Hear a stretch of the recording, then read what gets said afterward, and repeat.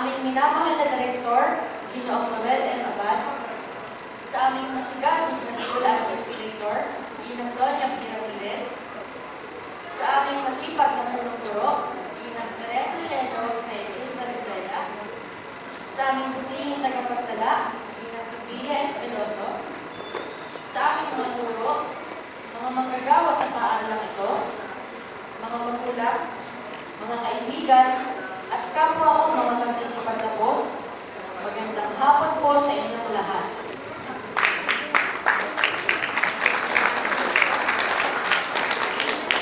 Napakahalaga po ng araw na ito para sa aming mga magsisipagtapos. Isang kabanata na naman ng aming buhay pag-aaral ang bibigyang pugay nito. Ito'y bilang pagkilala sa pundasyon ng karunungan na hinabi ng 6 na taon. Hindi madali ang gumawa ng pundasyon. Maraming sangkap ang kakailanganin gamitin upang ito'y maging ganap na matibay bilang panlaban sa pagdating ng mapagwasak na lindol at mga sakuna. Sa aking mga taon ng pag-aaral, hindi ko malilimutan ang mga sangkap na naging bahagi ng pundasyon na iyon. Nais ko silang pasalamatan ng buong puso.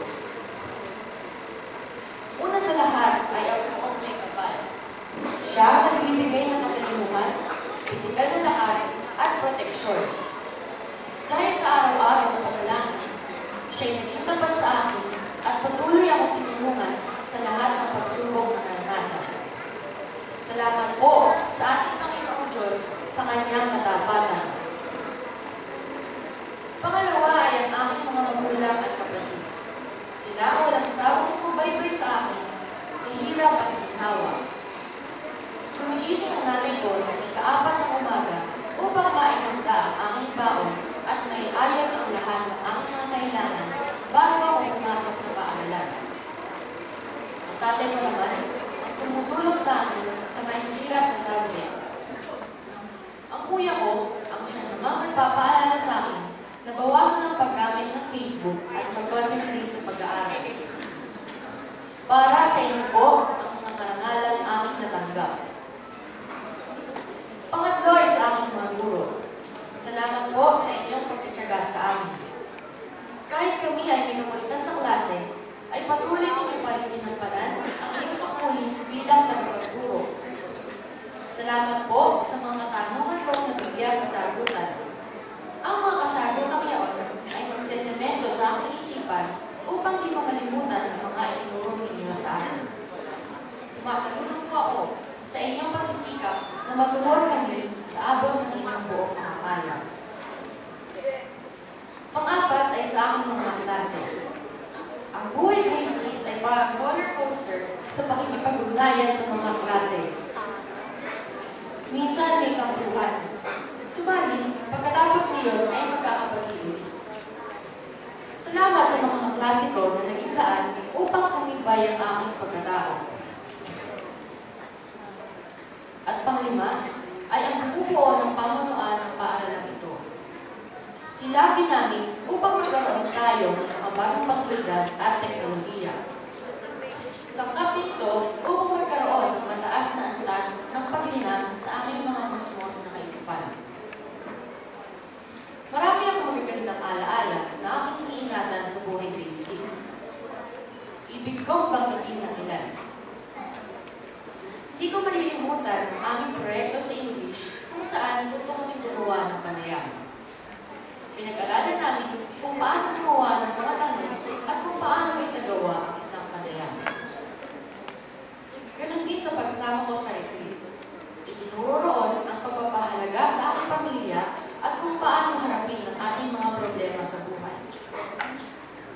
Di pahuhuli ang aming proyekto sa legacy.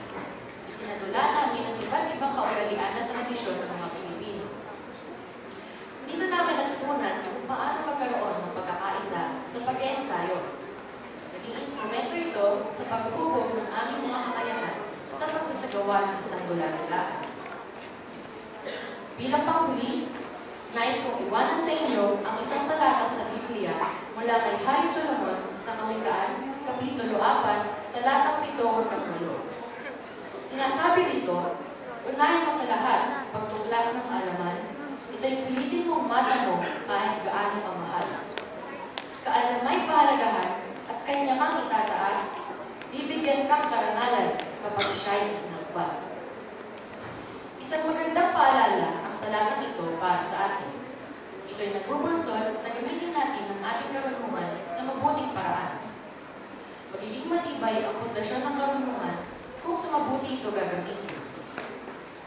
Dumating man ang mga pagyanig, baha, at bagyo sa buhay, alam ko mananatili tayong ligtas dahil sa matibay na pundasyon na ating pinagyaman. Mga kapwa ko magsisipagtapos, tayo magiging mga tagapamuno sa susunod na salita. Maging adhikain natin na mauntan ang dalisay na karunungan para sa inuunlad ng bawat isa ng ating bayan.